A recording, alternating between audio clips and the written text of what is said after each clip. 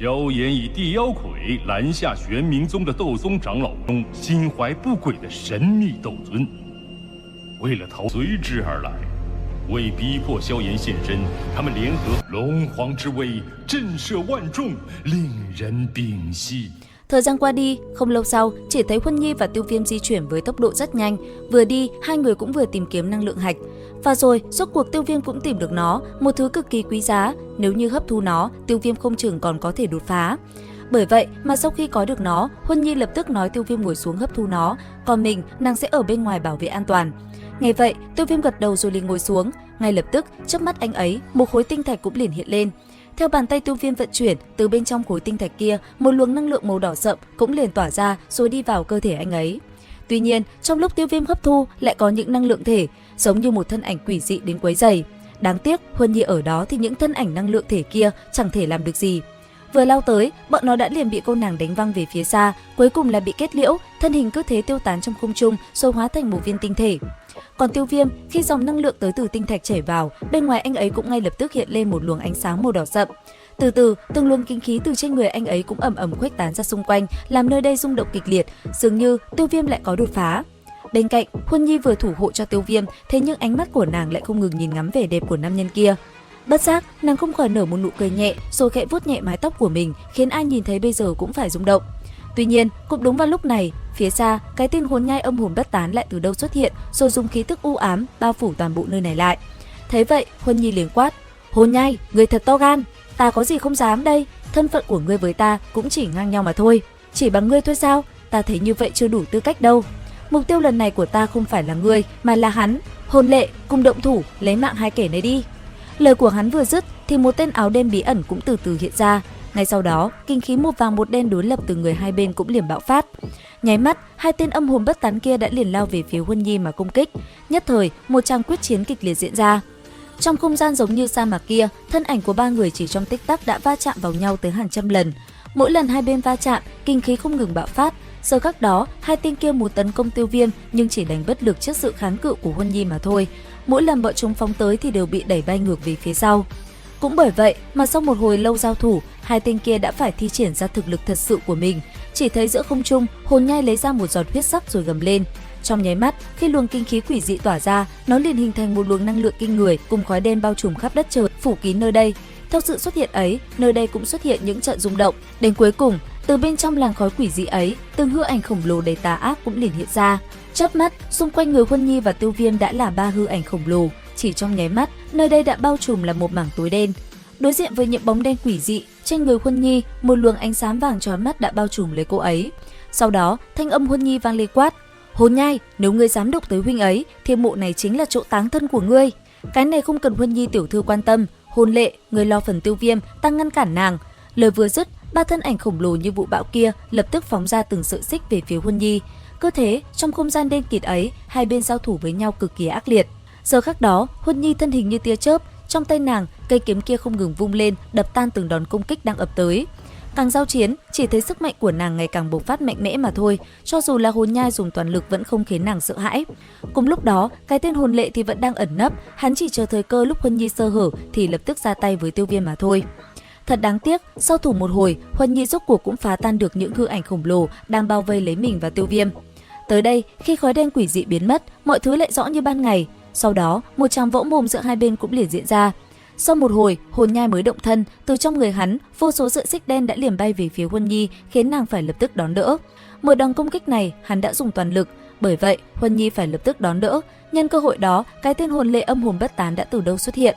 Ngay sau đó, bàn tay ngưng tụ lực lượng, hắn ta liền từ không trung chộp thẳng về phía Tiêu Viêm đang nhắm chặt hai mắt ở phía dưới. Nhìn thấy cảnh tượng đó, Huân Nhi hét lên, nàng muốn phóng tới ứng cứu nhưng không được, những sợi xích kia cứ như mưa lao về phía mình, khiến nàng phải vội vã chống đỡ. Tuy nhiên, cũng đúng vào lúc ấy, Tiêu Viêm vốn dĩ đang nhắm hờ hai mắt lại đột nhiên có cử động, khiến hai tên kia bất ngờ. Giờ khắc đó, bọn chúng định thu tay lại thì đã muộn, đến khi Tiêu Viêm mở hai mắt, chỉ thấy ánh vàng đã tràn ngập trong con người. Tới đây, thanh âm Tiêu Viêm vang lên quát: "Đại Thiên Tạo Hóa Trưởng!" Lời vừa dứt, ngay sau đó, chỉ thấy cái tên Hồn Lệ kia đã bị đưa tới một không gian vô tận. Chớp mắt, ở trong không gian đó, một vòng xoáy vàng rực với lực hút khủng bố hiện ra.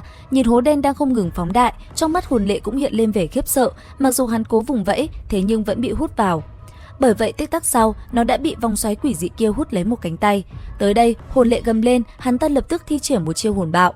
Nháy mắt, một cái vòng tròn bảo vệ đã liền bao phủ hắn ở bên trong để đối chọi với lực hút khủng bố kia đang ầm ầm đánh tới.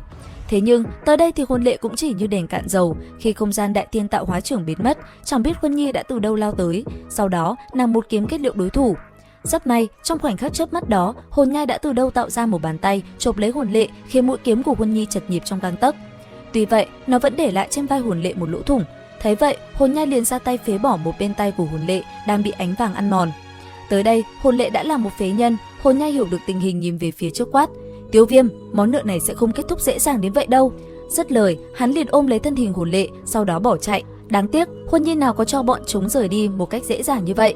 Ngay lập tức, Huân Nhi đã phóng người về phía bọn chúng đuổi theo. Thấy vậy, từ trên người hồn nhai, vô số sợi xích cùng rất nhiều hồn thể đã liền phóng ra. Chớp mắt, khi nó tới gần Huân Nhi, tất cả đều nổ tung, tạo nên một màn quỷ dị bao trùm lấy nàng, ngăn cản tốc độ của nàng. Đến khi hắc vụ biến mất, chỉ thấy hai tinh kia đã mất tăm hơi không còn thấy đâu nữa. Tới đây, Huân Nhi mới trở về bên cạnh Tiêu Viêm. Sau đó, nàng nhìn anh ấy rồi hỏi: "Tiêu Viêm ca ca, không sao chứ?" "Không có gì đáng ngại. Vừa đột phá, đấu khí trong cơ thể còn chưa ổn định, lại thi triển thiên giai đấu kỹ nên bị phản phệ một chút. Thiếu chút nữa là bị hai tên làm hại rồi, lần sau gặp lại, ta nhất định phải lấy mạng chúng. Về sau phải cẩn thận một chút, bọn chúng cũng không phải hạng tầm thường." Nghe vậy, Tiêu Viêm cũng liền gật nhẹ đầu. Tuy nhiên, mặc dù bị hai tinh kia quấy rầy, thế nhưng anh ấy khi nãy cũng thành công đột phá tới lục tinh đấu tôn rồi.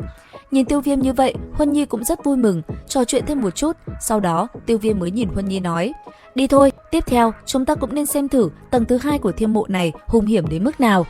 Vừa dứt lời, bàn chân Tiêu Viêm đạp mạnh xuống tảng đá, thân hình trực tiếp lướt về phía bức tường năng lượng trước lối vào thiên mộ.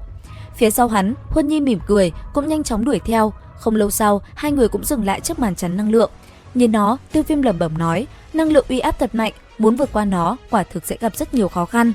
Đúng vậy, chỉ cần là thực lực từ ngũ tinh đấu tôn trở xuống thì không thể tiến vào bên trong.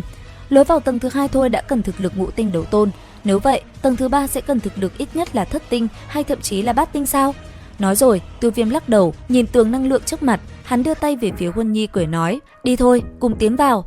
Khi hai người từ từ bước vào, hai ngọn lửa màu vàng kim và nâu tím cũng dần dần cháy lên, chống đỡ lại tất cả uy áp đến từ tường năng lượng. Mảng năng lượng này kéo dài chừng 100 trượng, hai người Tiêu Viêm đi trong đó gần 10 phút mới dần cảm giác được uy áp kia đang từ từ yếu đi. Sau một hồi, hai người mới thoát ra được bức tường năng lượng như cái màn chắn kia. Thế nhưng vừa đi vào, hai người lại bất chợt bị một loạt thân ảnh lao tới. Nhìn cảnh tượng đó, Tiêu Viêm kinh ngạc thốt lên nói: "Năng lượng thể, là 10 đạo năng lượng thể có thực lực ngũ tinh đấu tôn. Nơi này còn có mùi huyết sắc, là có người cố ý dẫn chúng tới đây. Là hồn nhai làm, muội có thể cảm nhận được khí tức của hai người đó không? Chúng ta xử lý mấy thứ này đã, nếu không huyết sắc sẽ hấp dẫn càng nhiều năng lượng thể." Dứt lời, cả hai liền quay lại giao chiến với đám năng lượng thể, giống như khôi lỗi với thân hình kỳ dị kia. Cứ thế, một cuộc chiến cũng liền diễn ra. Chỉ trong chớp mắt, hai người với tốc độ như tia chớp đã lao lên, từng quyền mạnh mẽ cùng đám năng lượng thể va chạm kịch liệt. Chiến đấu kéo dài không lâu, đám năng lượng thể kia đã liền biến mất. Sau đó, cả hai lập tức hướng về phía hồn nhai bỏ chạy mà đuổi theo. Và liệu rằng tiếp theo tập 152 sẽ còn gì hấp dẫn? Theo dõi kênh YouTube Review 5 phút để biết thêm chi tiết nhé. Xin chào và hẹn gặp lại!